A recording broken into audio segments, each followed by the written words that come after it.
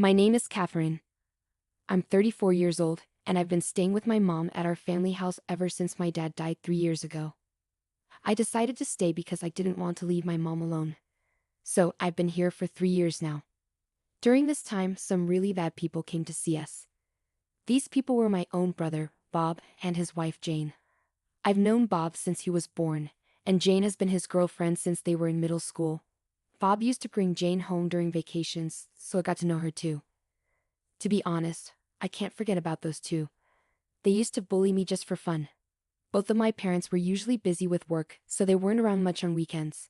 But when they were gone, that's when the bad stuff happened. We lived in a big mansion that my dad, who was a CEO, built for us. But one time, they told me to play hide and seek in the mansion, and when I hid in a closet, my brother and Jane filled it with stuff, trapping me inside. I'd be stuck in there until just before my parents came home, and then my mom would scold me for messing up the closet. One day, my mom came home early from work and caught Bob and Jane stuffing me in the closet and blocking the door. She was really mad. After that, they never locked me in the closet again, but they kept bothering me. I was angry at my parents for not being there when I needed them. I resented Bob and Jane, but I also felt mad at my parents for not helping me. Then, when I was in middle school, Bob and Jane did something really mean. They cut up my school uniform with scissors, wrote all over my textbooks, and even ruined my cushions and bedding. I found out later that Bob and Jane were in high school at the time and they were angry because they got bad grades on their exams and their parents scolded them. That's probably why they took such a mean revenge on me. I was shocked in my messed up room. Why was this happening to me? Why wouldn't anyone help me? I stood there lost in those thoughts. Then, when I didn't come to dinner, my mom came to check on me and saw my room. She screamed, and my dad came running too. My brother came in last, struggling to hold back his laughter. He couldn't help but chuckle sometimes. Surprised, my parents looked at me as I said, "Mom, Dad, I want to leave this house." Tears started flowing as soon as I spoke. No one is helping me. Bob and Jane are always mean to me together. They've ruined my toys, my school stuff, and my clothes. I don't want to live here anymore. I'm mad at both of you, Dad and Mom. You haven't helped me. It was probably the first time I cried so much in front of my family. Before that, I just quietly endured and cried alone when things were tough. But this time I cried loudly like a child. Seeing me like that, my mom hugged me and said, "I'm sorry for everything." Even my brother, after seeing how upset I was, seemed to understand how serious it was. He tried to leave, but my dad stopped him.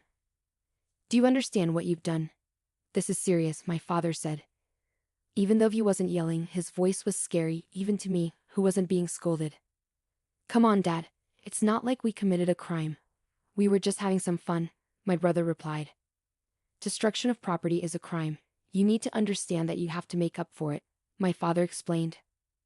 But Catherine is family, and I'm still young. Minors can't be criminals, can they?" my brother protested. My father sighed deeply at my brother's excuse. "True, as a minor, you might not have the means to pay. But as parents, we're responsible for your actions. If you can't compensate, we'll have to.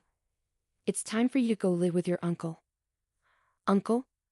My father's younger brother was known for being strict and disliked dishonesty. He was like a scary figure to the neighborhood kids, similar to a boogeyman. While he was nice to well-behaved children like me, he had no patience for troublemakers like my brother, Bob, and Jane. Bob never got along with him. "No, I don't want to live with Uncle.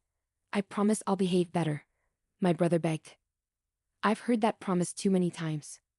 When you and Jane locked Catherine in the closet, when you two chased her around, when you threw bugs at her even though you knew she was scared, every time we found out, we scolded you and you always promised to stop. But you kept doing it anyway. We can't have someone in our home who hurts our family, even if they're family themselves. You're not welcome here anymore," my father declared. After my father's declaration, he grabbed Bob by the neck and took him away. Later on, I learned that my parents were really upset with Bob's behavior. Even after being scolded, Bob didn't seem to get why he was in trouble. He just kept bothering me. I figured he was beyond help. Some people just don't understand how to behave in society. I learned that from watching Bob and Jane. Originally, Bob planned to go to university using our father's money after high school. But our father didn't think he'd do well there. He said, You'll just cause trouble for others. So Bob ended up working at our uncle's company right after high school, but he seemed desperate to leave. As soon as he graduated, he and Jane rented an apartment together. They decided to live together without any help from our parents or uncle for rent or expenses. Later on, Bob asked me to lend him some money, even though I was just starting high school and didn't have a job. All the money I had saved up before, which Bob used to steal when he lived with us, was given back to me by my parents. I kept track of it in a notebook. So, I did have money saved, but I wasn't going to give it to him. I told Bob, "Aren't you embarrassed to ask your high school sister for money? I don't even have a job, so I don't have extra money to give you." After that, I told my parents about Bob's request, and they were angry. They'd promised not to help him anymore. I thought Bob and Jane should learn to live on their own without relying on others. From then on, I focused on my studies. I worked hard and went to college. After graduating, I got a job and continued learning new things. I was so busy with my own life that I forgot all about Bob.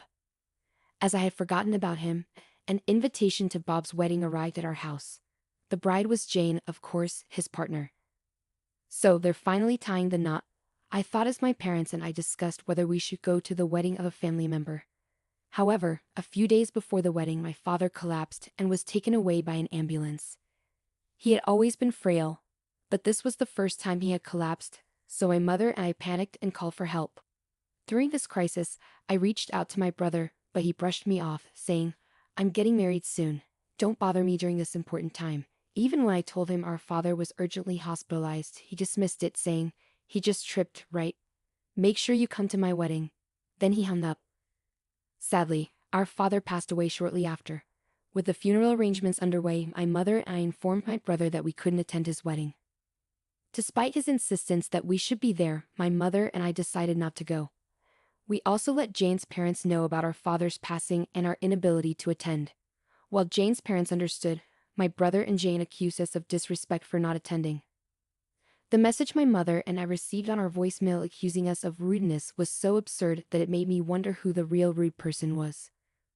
While we were focused on arranging our father's funeral, my brother and Jane went ahead with their wedding without considering our loss.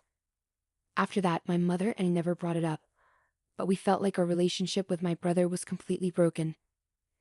Then, out of nowhere, my brother showed up at our door. When I answered the intercom and he said he had a delivery, I wasn't expecting him to be there in person. When I opened the door, there he was, along with Jane, carrying large suitcases. They'd pushed past me and barged into the house. "Hey, hold on, what's going on?" I protested. It seemed like my brother had forgotten our father's words, who had told him never to come back to our house. Despite that, they both barged in, dropped their luggage in the hallway, and started talking nonsense to me. "You and Mom need to leave this house right now," my brother demanded. "What? Mom has dementia, remember?" I was stunned. What was my brother talking about? It had been 3 years since our father passed away, and he hadn't apologized, visited the grave, or done anything to make amends. And now, he was asking for our family mansion. On top of that, he was assuming our mother had dementia and planning to kick her out. I was left speechless. Then our mother appeared from her room in the back. "Catherine, what's happening?" As she saw my brother, she said something shocking. "Oh, who are you?" "If you're a stranger, please leave," she said. My brother and Jane laughed at her. "See, this happens every time we see her. Her dementia must be getting worse. You take care of Mom. I'll take the mansion." "I'm the oldest son, so I should get it," my brother declared as he walked further into the house. Jane, copying my brother, turned to me and our mother and said, "Take the old lady and go. I never want to see you again." I hurried to my mother's side and asked, "Mom, are you all right?" We felt like we were being pushed out, so we left the mansion, leaving all the old furniture behind. My mother and I gathered our things and left the house. Luckily, a friend of mine who heard about our situation offered us his house. He was overseas and couldn't take care of it himself. Originally, his cousin looked after the house, but since he's moving to another state next year, it seemed like a good opportunity for us. When we arrived at the house and unpacked, my mother and I finally felt relieved. Then my mother chuckled and said, "We've left that house, but I still don't like how Bob and Jane behave. Maybe we should sell the house," she suggested. I asked my mother about what Bob said regarding her having dementia.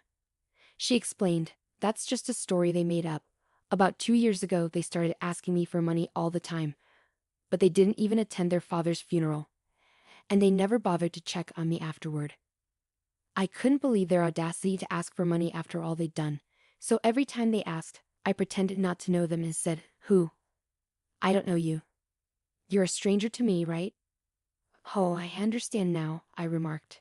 It seemed Bob and Jane misinterpreted my mother's deliberate distance and treated her like a stranger because she wanted nothing to do with them anymore. They thought her indifference meant she genuinely didn't remember them, leading them to believe she had dementia. Regardless, I believed it was wrong to kick someone out of their home, especially if they thought they had dementia. My mother quickly decided to sell the mansion. We'd have been discussing selling it ever since my father passed away, as it was too big for just the two of us. At that time, an executive from my father's company, where I was being trained as a successor, expressed interest in buying it. So the buyer was almost certain. We just needed to go through the paperwork.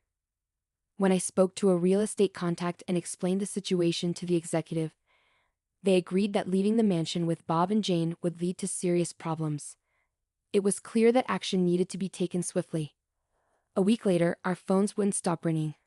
Bob called my mother while Jane called me repeatedly. They probably wanted to tell us the same thing, but we found it amusing and decided to ignore them for 30 minutes and just enjoy our tea. As we chatted, an hour passed without us realizing it, and it seemed like Bob and Jane had been trying to reach us the whole time. When I finally answered Jane's call, she exclaimed, "Finally. Why didn't you answer sooner? There's a big problem. The house has been taken over." "Wait, didn't you two take over the house?" "I think it says who should be saying that we've been taken over," I retorted. "No, Bob and I were living in this mansion, but now some strangers have shown up and are demanding that we leave. They just barged in and are trying to kick us out. Our mansion has been taken over," she exclaimed. I couldn't help but burst out laughing. I really wanted to remind her that they were the ones who invaded the house in the first place and were unlawfully occupying it. Chuckling a bit, I replied, "You're talking about being taken over, but you're not even the legal owners. My mother, who was the rightful owner, has sold the house to someone else. So strangers who have no connection to the property should quickly move out." "What? She sold it? This mansion?" She sounded shocked.